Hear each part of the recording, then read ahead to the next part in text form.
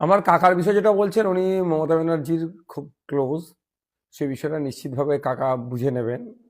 চুনোপুটিদেরকে পাত্তা দেয় না, আমি দেখছি ইদানিংকালে ওর বিরুদ্ধে যথেষ্ট মুখ খুলছে। এখন বিষয় হচ্ছে নওশাদ সিদ্দিকী, আব্বাস সিদ্দিকী। আমরা ওই তৃণমূল কংগ্রেসের শওকত মোল্লা সাহেব যে লেভেলের নেতা, ৮-৯০০ নেতা আছে ওই তার দলে এই ধরনের, তোর কথায় আমরা পাত্তা দিই না। আমাদের লড়াই মমতা ব্যানার্জির রাজনৈতিক যে মতদর্শ পশ্চিমবাংলায় নিয়ে এসছে বা ক্ষমতায় থাকার পরে যে অন্যায়গুলো করছে তার বিরুদ্ধে লড়াই। সুতরাং কে কি ডায়লগবাজি করলো, স্ট্যান্ডবাজি করলো, ওতে আমরা পাত্তা দিই না। কারণ তার প্রমাণ হচ্ছে, আমাদের শহীদ মিনারে পার্টির প্রতিষ্ঠা দিবসকে চ্যালেঞ্জ করে একটা প্রোগ্রাম করতে গিয়েছিল বিভিন্ন বিধানসভায়, এক নয় একাধিক বিধানসভা, ক্যানিং পূর্ব, পশ্চিম, বাসন্তী, গোসাবা, রাজারহাট, নিউ টাউন, হাড়োয়া, মিনাখা, বিভিন্ন জায়গা থেকে লোক নিয়ে এসে ভর্তি করার চেষ্টা করেছিল, তাও করে উঠতে পারেন। সুতরাং রাজনৈতিকভাবে দেউলিয়া হয়ে গিয়েছে। মিডিয়ায় টিকে থাকার জন্য নওশাদ সিদ্দিকী, আইএসএফ, আব্বাস সিদ্দিকী সম্পর্কে সমালোচনা করো, মিডিয়ায় টিকে থাকবে, এর বাইরে কিচ্ছু না। আজকে হুমায়ুন কবির উনি সরাসরি জানিয়ে দিয়েছেন যে সিপিএম এবং আইএসএফ এর সঙ্গে উনি জোটে যাচ্ছেন না। তার কারণ সিপিএম এবং আইএসএফ আসন সমঝোতা নিয়ে যে পরিমাণে সিট দাবি করছে সেটা নিয়ে তিনি রাজি নন।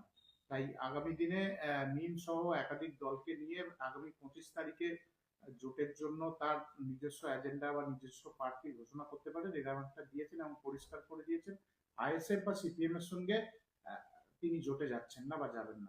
আমাকে কি প্রশ্ন করছেন উনি, ওনার মন্তব্য, আমার প্রশ্ন কি? আমার জন্য প্রশ্নটা কি? দেখছেন উনি যেটা বলেছেন? দেখুন, উনি আগে একবার স্টেজে উঠে বলেছিলেন, যে স্টেজ থেকে বলেছিলেন সিপিএম কে কটা সিট দেবো, আইএসএফ কে কটা সিট দেবো, কংগ্রেসকে কটা সিট ছাড়বো। আমি সেই সময় প্রতিক্রিয়া দিয়েছিলাম। আজকের দিনেও বলছি, আমরা সিপিএম এর সাথে একটা আলোচনায় আছি, আমরা একটা সিট, নির্দিষ্ট একটা সিটের জন্য আলোচনা চলছে, কোন কোন সিটে দাঁড়াবে এটা নিয়ে চলছে, এক পর্যায়ে আছে। বাকি কে কোথায় থাকবে, কার সাথে যাবে না যাবে, সেটাকে আমি তো জোর করে আটকে রাখতে পারি না। তবে একটা কথা আমাদের এ রাখা দরকার, যে বিজেপি তৃণমূলের বিরুদ্ধে ভোট না ভাগ হয়ে যায়, এটা আমাদের মাথায় রাখতে হবে। কারণ এর আগে উনি জোটের ব্যাপারে আগ্রহ প্রকাশ করেছিলেন এবং উনি জানিয়েছিলেন সিপিএম এর পাশাপাশি আইএসএফ এর সাথেও যাতে জোট হয় তার জন্য আলোচনা করতে প্রস্তুত, এবং তিনি আপনার সঙ্গে আলোচনা করেছিলেন, এরকমও বক্তব্য শুনতে শোনা গেছিল। উনি ফুট পড়াতে এসেছিলেন, তারপর অনেকটাই উনি পজিটিভ সিগন্যাল দিয়েছিলেন জোট নিয়ে, কিন্তু তারপরে হঠাৎ উনি বলছেন যে কারোর সঙ্গে জোট হবে না, আসন সমঝোতা নিয়ে যা শর্ত দিচ্ছে মেনে নেওয়া যাবে না।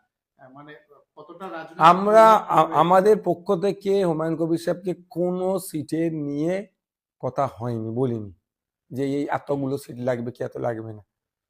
আমরা বামেদের সাথে আলোচনা হয়েছে। উনি তো সরাসরি আপনাদের